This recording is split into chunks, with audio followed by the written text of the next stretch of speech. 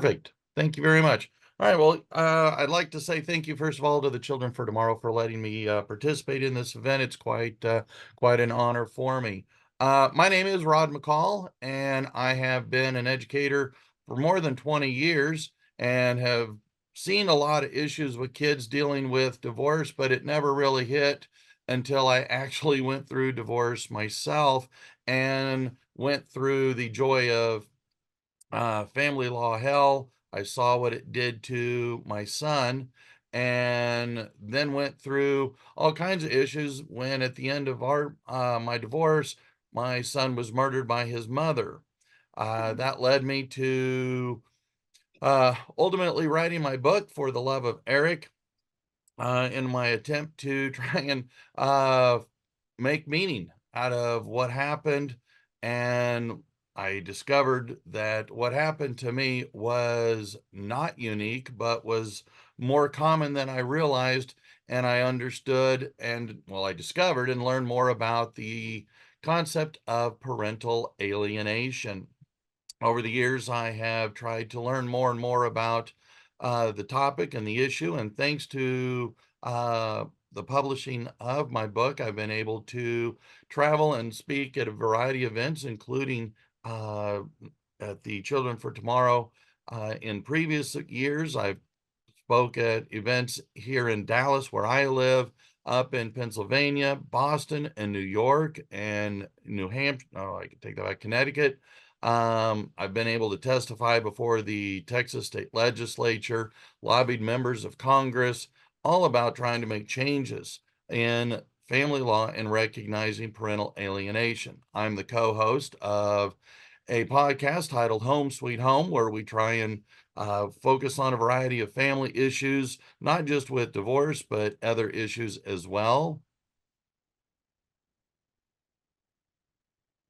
I'm not sure my presentation just disappeared. There we go. All right. And for the last few years, I've been working on my master's so that I can become an LPC, move from the classroom, and work with students. Thanks to the state legislature, there's now a new law that says that there needs to be professional counselors in our school setting to help our children better. So that is what kind of a little bit about me and my background. Next slide.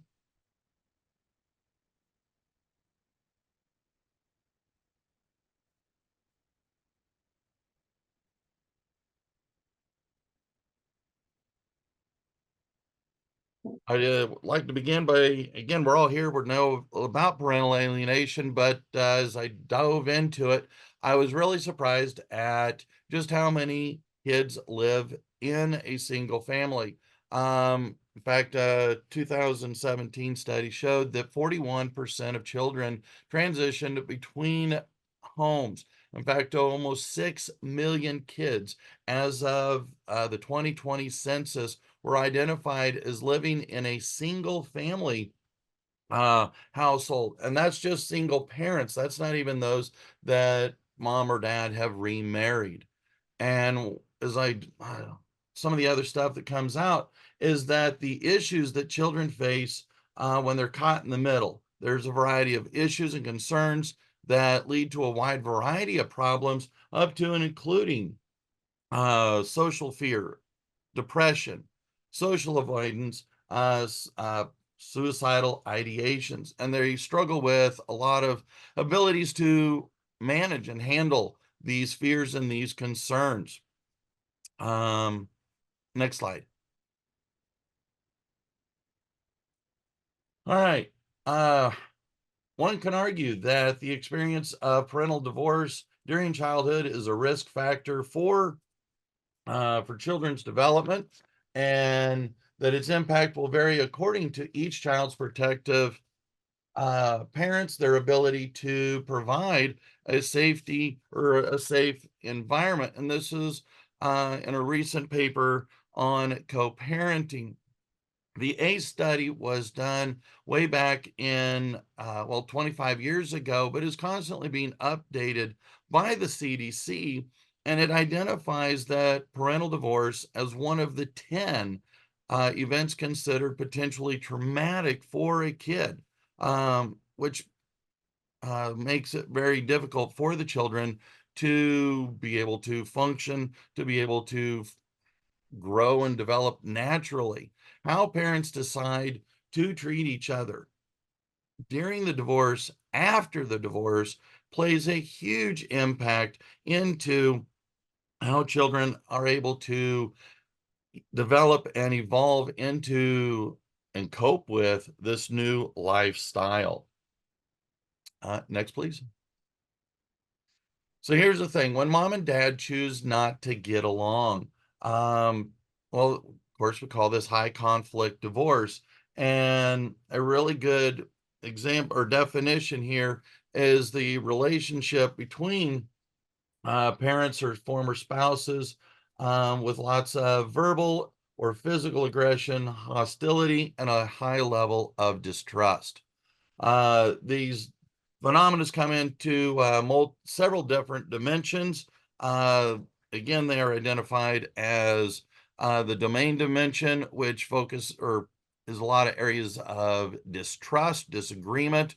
The tactic dimension focuses a lot on how couples try to resolve issues or, in high conflict, their inability to resolve issues. And then the attitudinal dimension, which is the degree or level of emotional hostility felt by both sides, as well as the hostility directed between the two parties.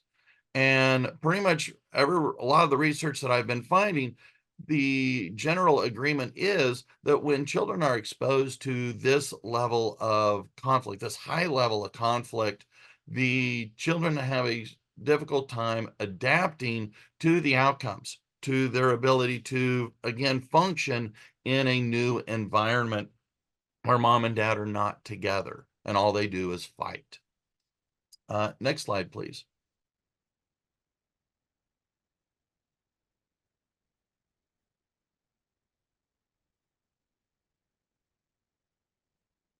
All right. So, what are some of the long term effects? Well, one third of children, approximately one third of children in a longitudinal study, identified as having serious psychological problems, including depression, poor performance in school, and difficulty maintaining friendships or relationships with others. And your age at which your mom or dad go through the divorce has a huge impact on the children's development. It and identified here, if you're a preschooler, a lot of times that can their behaviors manifest themselves in aggression, inability to sleep, and fears of abandonment.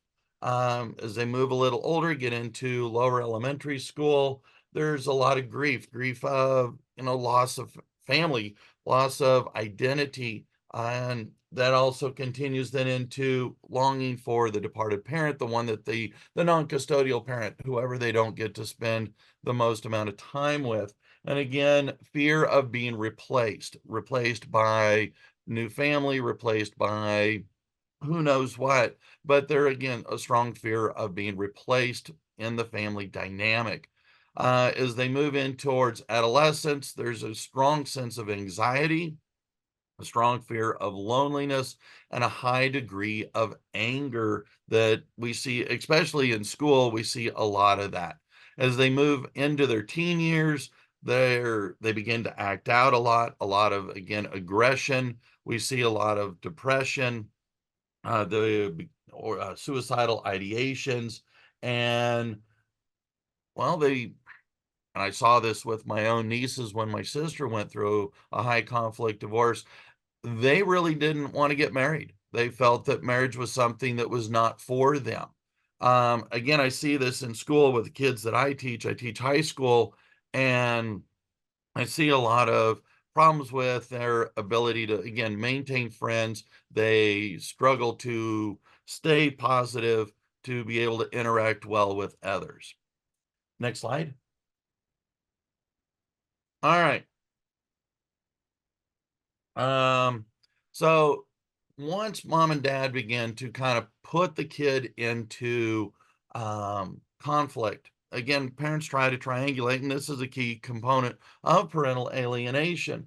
And forcing parents or the kids to take side with either mom or with dad really creates a problem, and it sends a message um, to the child as to helping or causing them to struggle with, again, their own identity as they are part mom and they are part dad.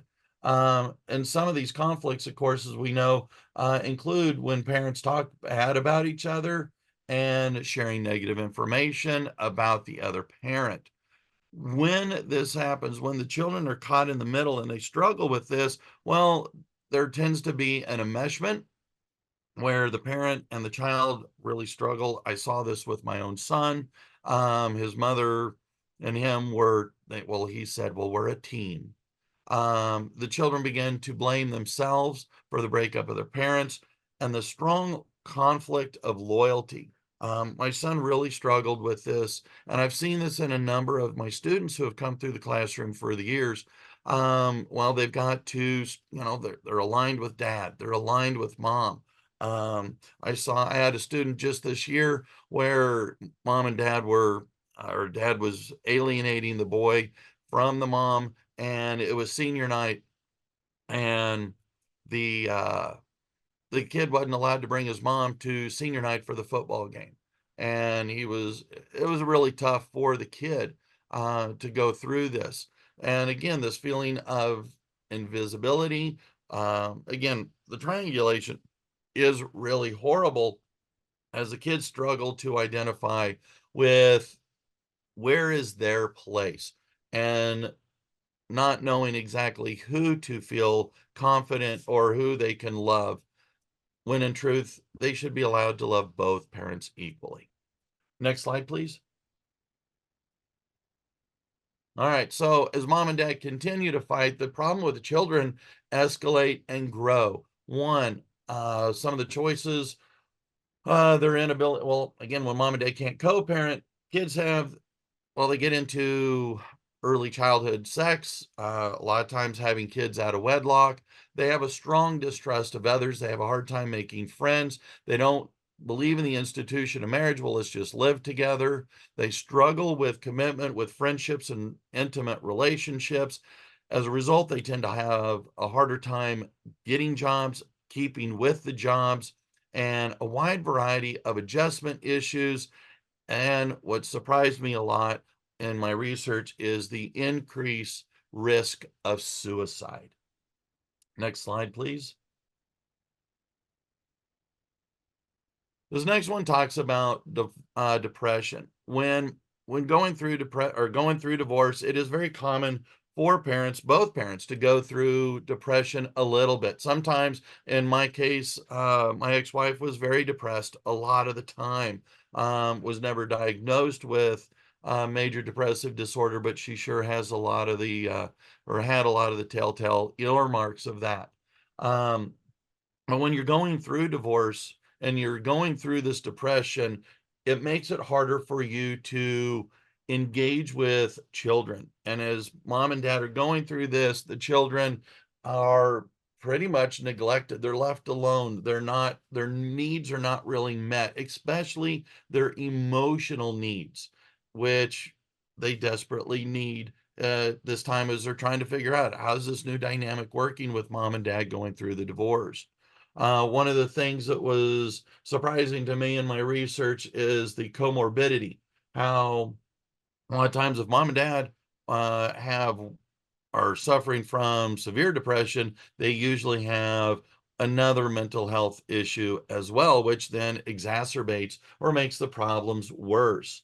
And like I said, when parents tend to be depressed, well, they might be able to provide for some of the basic needs of the children. That might include feeding them, getting them to school, but even then it might not be good food. It might be just crummy, we're going to pick food up on the way to school, we'll pick something up from McDonald's on the way home from school, and there's not a lot of concrete solid time. Well, go play on your phone, go play on your video games, do whatever, just leave me alone. Well, the kids really need more interaction with mom and dad than that.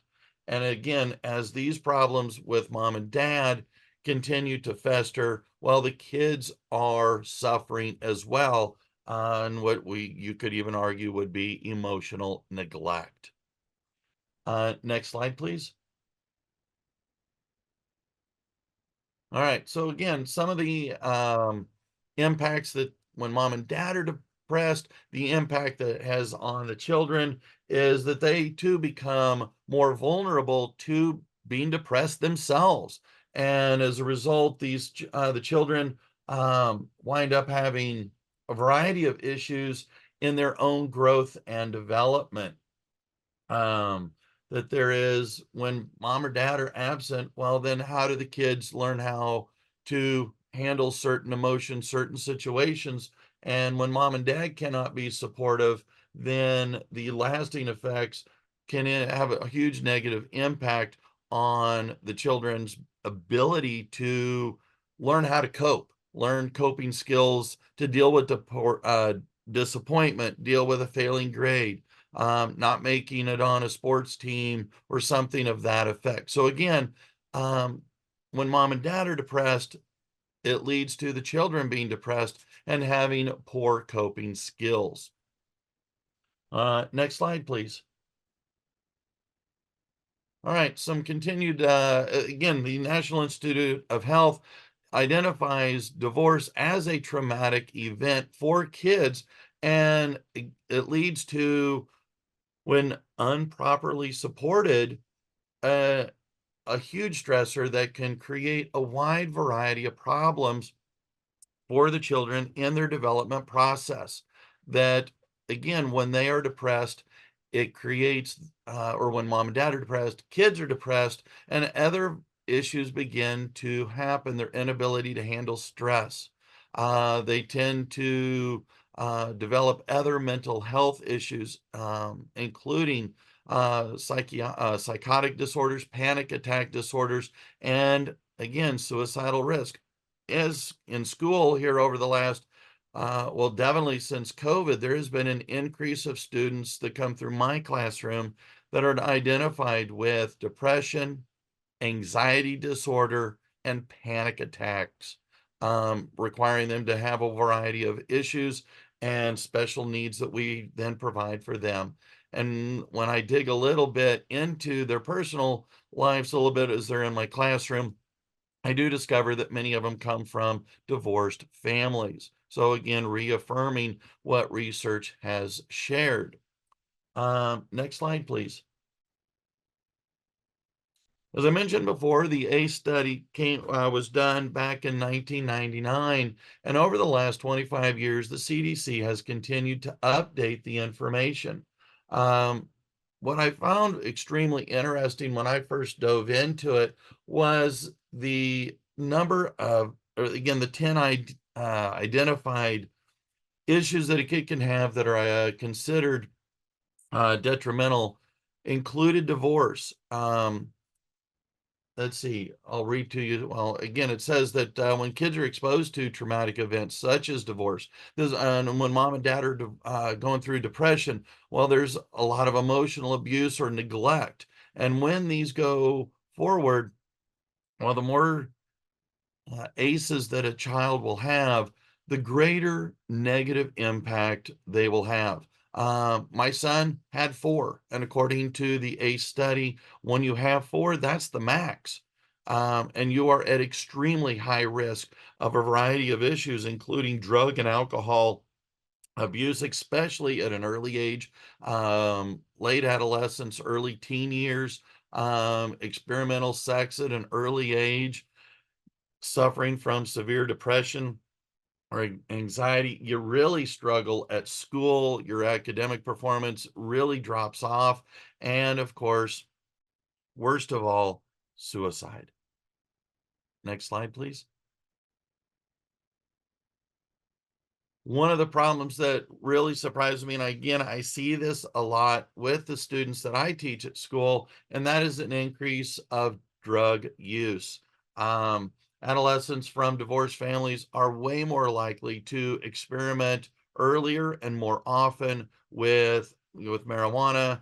We see a lot of problems with kids vaping and bringing some kind of TBC or stuff like that mixed in with their vape pens, and they're vaping in school, smoking in school, a wide all kinds of issues here at school, and not just with, drugs, but also tobacco. And of course, both of those are considered gateway drugs, which lead then into higher problems with more severe drugs like heroin, cocaine, methamphetamines, and the like. Um, Again, a lot of this, when mom and dad are absent from their lives, not a real participant, well, then the kids look for relief other places. And one of the things that parents tend to do, and is becoming more and more commonplace, is mom and dad during divorce, during their depression, they'll experiment with drugs. And once kids begin to see mom and dad experimenting with drugs, that really strongly encourages them to experiment with drugs as well. And kids are just trying to find their place, trying to figure out, well, how do I fit in the world? How do I deal with all the ups and downs that a normal child from a normal, healthy family would go through? And without the supports, well, they look for help in other ways that are not necessarily the most positive or long-term beneficial. Next slide, please. I was shocked as I began to explore the issue of suicide. Approximately one person dies in Texas every 2 hours of suicide, and it is the second leading cause of death for kids, well, people 10 to 34. And this is again, according to stats provided by the state of Texas. The increase of suicide, especially since COVID, for 10 to 14-year-olds has been huge. In the last 20 years, 35% increase. Um, 15 to 19-year-olds, again, during that same time period, 40%. And then 2017, I mean, the 11,400 suicide attempts here in Texas are the ones that are just reported. These aren't the ones that are unreported, do not get shared with law enforcement. And it is extremely horrible. I'm embarrassed to say, but the school district that I work with, we have had a large number of suicides, on average, one a year in our school district, from either a middle school or a high school student. And I cannot say that they're all tied to depression, or not to depression, but to divorce, but many of them are, when I have explored a little bit into them. But I know that a lot of them do suffer from depression, anxiety, and drug use. Next slide, please. All right. Kids who are from divorced families have a 95% increase or likelihood of at least thinking about suicide in their lifetime. Um, and that's compared to a kid who doesn't have to go, mom and dad don't go through divorce.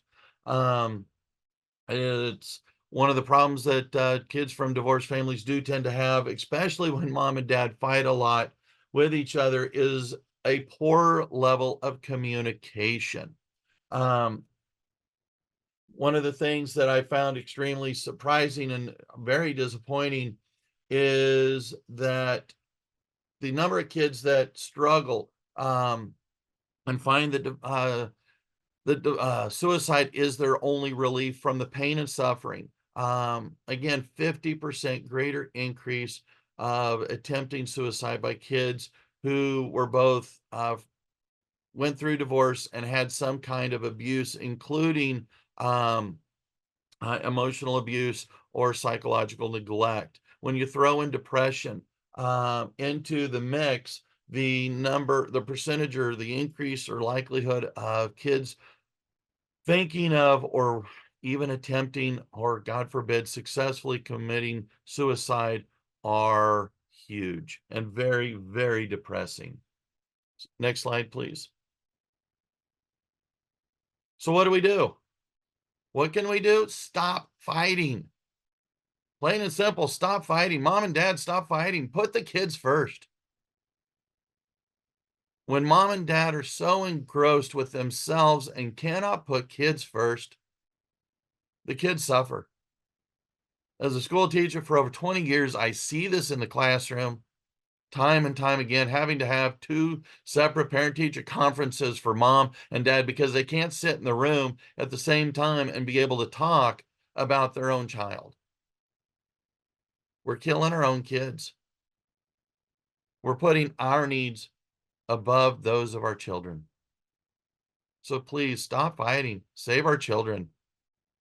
Save our lives. Save their lives. Make their life worth living. Just because we don't like and agree with each other doesn't mean our children have to join our fight. That's all I've got. So thank you very much for allowing me to share some of my research with you all about the impacts of parental alienation and its impact on kids and the negative consequences that can be a result when mom and dad just can't stop fighting.